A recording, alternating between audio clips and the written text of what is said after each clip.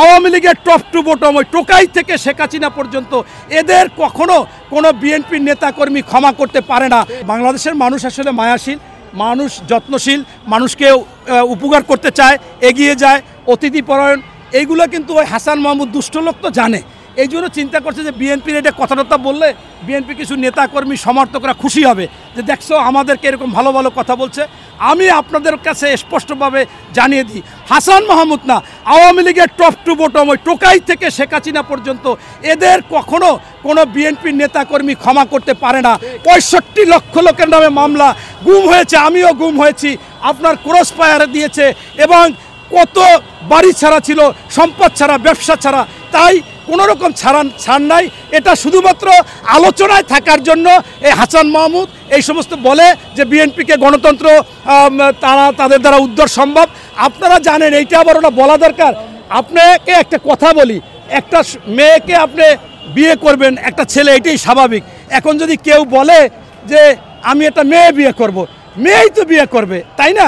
অতএব এটা বলা লাগে না। স্কুলের সময় স্কুলের ব্যাগ নিয়ে স্কুলের দিক যাচ্ছে, আর এরা যদি বলে যে কেউ স্কুলে যাও, সে তো স্কুলেই যাচ্ছে। বিএনপি হচ্ছে একটা গণতান্ত্রিক দল। বিএনপির যিনি প্রতিষ্ঠাতা, বাংলাদেশের স্বাধীনতার ঘোষক, সেই বীর উত্তম শহীদ প্রেসিডেন্ট রাষ্ট্রপতি জিয়াউর রহমান, তিনি বহুদলীয় গণতন্ত্র ফিরিয়ে এনেছিল এবং 4 টুকরা আওয়ামী লীগে ভেঙে গিয়েছিল, সেইটাকে 1 টুকরা করে আবার আওয়ামী লীগকে ফেরত দিয়েছিলেন শহীদ প্রেসিডেন্ট জিয়াউর রহমান।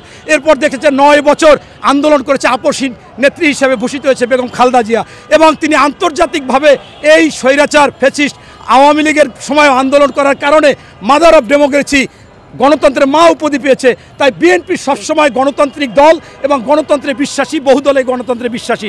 তাই এই গণতান্ত্রিক দলই বিএনপি, তাতে ওনাই বলবে কেন আমরা উদ্ধার করব। আমরা 111 সময়ও ওই শেখ হাসিনা বিদেশে পালিয়ে যেতে বাধ্য হয়েছিল। পরবর্তীতে আপনারা দেখেছেন, গতকালকে আমি একটা ভিডিও দেখলাম, উনি বলল যে আমি যে এই বাংলাদেশে ফেরত আসতে পারছি, এর চাইতে আমার চাওয়া পাওয়ার কিছু নাই। কেমনে ফেরত আসছিল? সেদিনও ওনাকে আসতে দিবে না।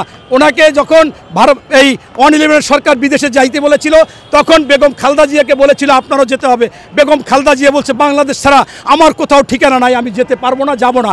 তখন টর্চার করেছিল, তারেক রহমানকে টর্চার করেছিল, আরাফাত রহমানকে, তারপর উনি যাননি। তাই ওই সময় শেখ হাসিনা চলে গিয়েছিল। যাওয়ার পর যখন আসতে দেবে না, তখন বেগম খালেদা জিয়া বলছিল তাকে আসতে যেতে হবে, নতুবা আমরা কর্মসূচি ঘোষণা করব।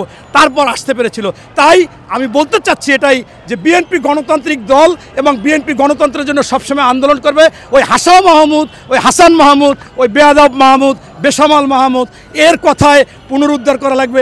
পুনরুদ্ধার করা লাগলে আমরা এখনই পুনরুদ্ধারের জন্য কথাবার্তা বলতেছি। ইনশাল্লাহ আরও শক্তিশালীভাবে আবারও কথা বলবো। আমরা ইনশাল্লাহ গণতন্ত্র উদ্ধারের জন্য জিয়ার সৈনিক, খালেদা জিয়ার সন্তান এবং তারেক যোদ্ধারা আমরা কখনো পিছিয়ে যাব না। তা আপনারা দেখেছেন যে 16 বছরে হামলা মামলা অনেক কিছু হওয়ার পরও আমরা পিছিয়ে যাইনি।